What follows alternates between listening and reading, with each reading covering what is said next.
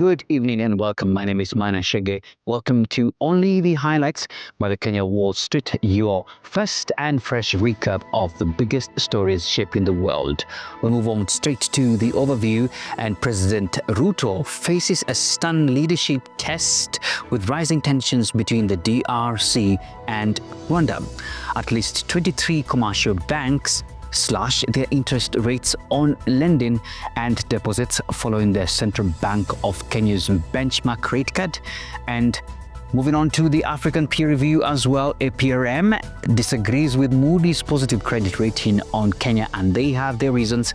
And finally, the Institute of Public Finance projects that Kenya's lost decade in public expenditure may last until 2028.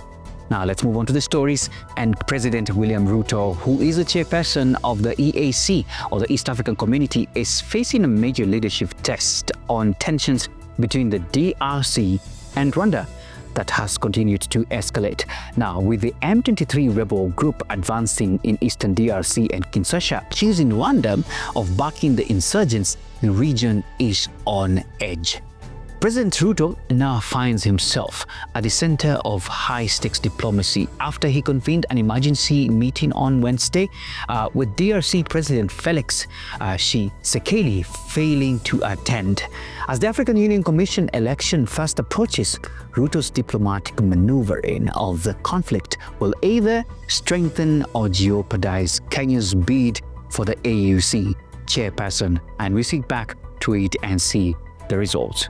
Now, 23 of Kenya's commercial banks have now slashed their interest rates on lending and deposits in line with the Central Bank of Kenya's benchmark rate cut. The average lending rate by commercial banks eased marginally in December by 0.3% from 17.22% in November to 16.89% in December. In December, 23 banks reduced their lending rates. 14 hiked their overall lending rate, while Equity Bank retained its November rates. Lending to the private sector shrunk 1.1% in the 12 months to November, while the gross non-performing loans ratio decreased marginally to 16.5% in October from 16.7% in August.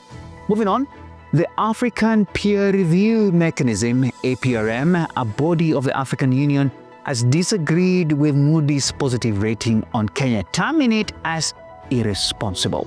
APRM has called out Moody's for aggressively skipping from negative to positive without transitioning through the stable outlook in an attempt to reverse its premature rating action in July 2024.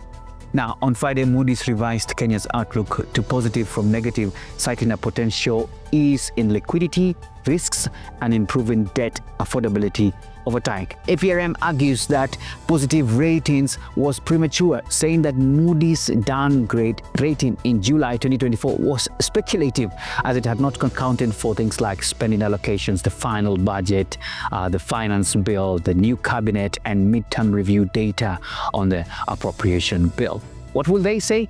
We just sit back and wait.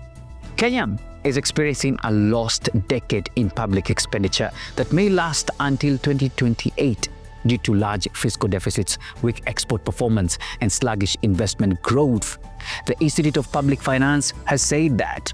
Now, according to IPFS 2025 macro fiscal analytical analysis, the ability to collect more revenue is being hampered by government's inability to onboard the hard-to-tax sectors. The report reveals that other challenges include job losses, private sector contraction, and the net effects of reducing public expenditure.